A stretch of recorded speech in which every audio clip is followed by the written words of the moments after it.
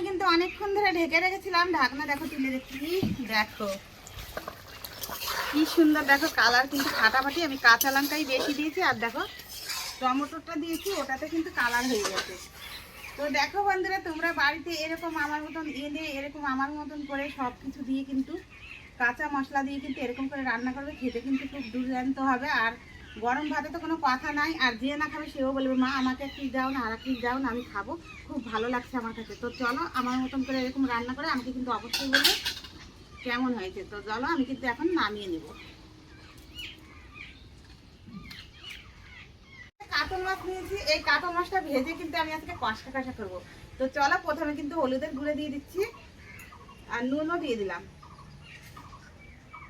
এই দেখো ভালো করে মাখিয়ে নেবো, এপিস এপিস করে মাছগুলোকে ভালো করে মাখিয়ে নিতে হবে সুন্দর করে। দেখো আমি মাখিয়ে দিলাম, আর এইদিকে দেখো কড়াইটা কিন্তু গরম হয়ে গেছে, তেলটা কিন্তু দিয়ে দিচ্ছি, তেলটা দিয়ে দিচ্ছি। আর দেখো এক এক করে মাছগুলো দিয়ে দেবো। মাছ যে আমি কষা করবো ঝাল ঝাল করে, ওটার জন্য প্রথমে কিন্তু দেখো শুকনো লঙ্কা আর এদিকে কিন্তু গোটা জিরে আমি কিন্তু বেটে নেব। একটু জল দিয়ে দেবো,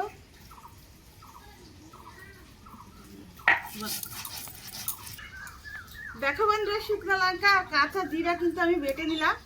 আমি কিন্তু এখন তুলে দেব, বাটি নিয়ে নিচ্ছি, বাটিতে কিন্তু তুলে নিচ্ছি।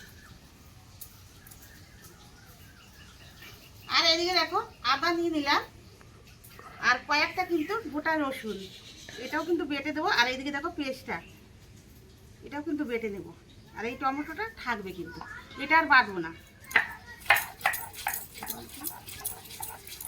দেখো বন্ধুরা কি সুন্দর করে কিন্তু আমি সব মশলা দিয়ে সব মশলা দেবো সব কিন্তু করে নিলাম। এখন কিন্তু আমি তুলে নেব।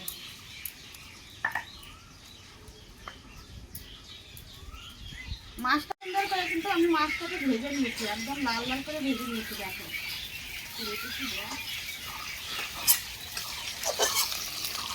দেখো একদম লাল লাল করে মাছ ভেজে নিয়েছি, আমি কিন্তু এখন তুলে নেব এক এক করে।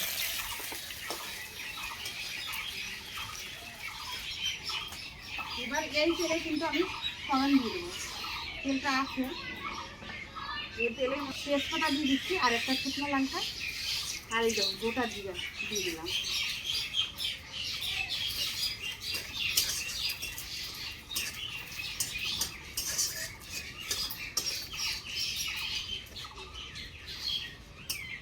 দেখো বন্ধুরা যেসব মশলা বেটে রেখেছিলাম ওইগুলো কিন্তু আমি দিয়ে দেবো। মশলাটা প্রথমে ভালো করে সুন্দর করে কষিয়ে নেব, তার জন্য দিয়ে দিলাম।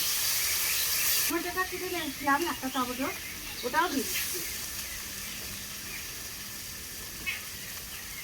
হলুদের গুঁড়ো দিয়ে দিলাম, এই নুন দিয়ে দিলাম। এখন মশলাটাকে ভালো করে আস্তে আস্তে জাল দিয়ে তারপরে কিন্তু মশলাটাকে ভালো করে সুন্দর করে কিন্তু কষিয়ে দেবো।